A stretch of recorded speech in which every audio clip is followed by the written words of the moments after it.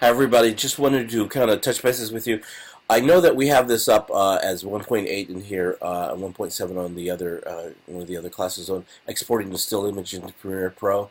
And this is not a bad little video, but I just wanted to go through kind of a quick overview with you for those that learn a little bit better by just kind of watching stuff. So we'll start out by, first of all, the first thing that you need to do is you need to take out the SD card from your camera.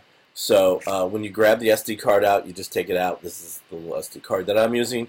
And then you stick it into the side of your MacBook Pro. And here's a MacBook Pro. I'll bring it over. You can see there are three little ports here, a USB, SD, and a USB, HDMI, and SD card slot here. So this is the card slot. I put it in. Try to tilt it so that you can see. And so it goes in with the lettering up, and you just push it all the way in. The gold contact should be on the bottom facing in. And so once it's in, what you need to do is launch Adobe Premiere Pro or Final Cut Pro, whatever your editing preference is.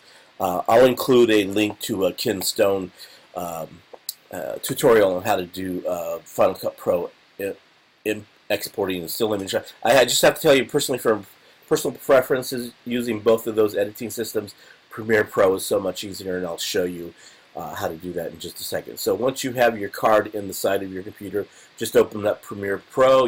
Everybody has Premiere Pro. I have had a couple students tell me they don't have it, but everybody has that as part of your Adobe package.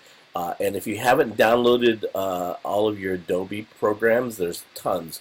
You have access to Photoshop, Lightroom, Illustrator, Behance, which you have to download separately from your Adobe Cloud, Muse, which is a website, Dreamweaver, which is a website, Audition, which you use next month, which is audio editing, Premiere Pro, Lightroom, and Photoshop. So, and After Effects. So yeah, it's just tons of them. So make sure you know how to do that. This is the little Adobe symbol up here on top of your computer, this little pretzel looking thing up here. Just kind of click into that, and it'll go in. You can actually go in and it'll show you all the software that you have available to be able to download. So once you have that open, just click Open Premiere, and Premiere will start, and it will, I've got it on another screen. Hold on, let me drag it over. Here we go. And it will come up into this, and it will ask you if you want to open a new project, an existing project where you need help. Go New Project. And again, it's coming up in another window. Sorry, I'm dragging it over. And so this comes up, New Project Window. And this is just the general information about what you're doing. Go ahead and name this, and let's name it Exporting a Still in Premiere. Okay, and then you can also change your scratch tracks. If you are using external drives to house all your original footage and stuff, you can actually go in and change those here where you want all the video to be captured at. You want to make sure that your video and audio are captured in the same place. Same thing with previews. But right now, just leave it the way it is, and then for your capture format, you leave this to DV and just hit OK. So that's it. And then another window will come up. Again, it keeps opening up in this other window. This window will come up, and it's the new sequence settings. So you want to name that first of all. How to export still, and then you want to go up to AVC HD, and that's the format that we're going to be recording in, and click in AVC HD 1080p 24 and hit OK. And again, you've got all kinds of additional settings here. The different kinds of tracks, audio, that's all kind of preset for you, so you don't need to kind of go into this, and you can remap your sequence and your timeline and stuff here. But for right now, we're just going to hit OK, just to make it as simple as possible. And then your Adobe window will come up for Premiere. And this is kind of what it looks like. And you have a source window and a program window. And so what we're going to do is we're going to go down to Import, File, Import, and then your hard drive is going to show up over here in, usually will be called No Name. I always name mine, so make sure you go in and name your drives, even if it's the flash drives. especially if you're using multiple ones. And you'll go up here and it'll say private, and you can go to AVCHD.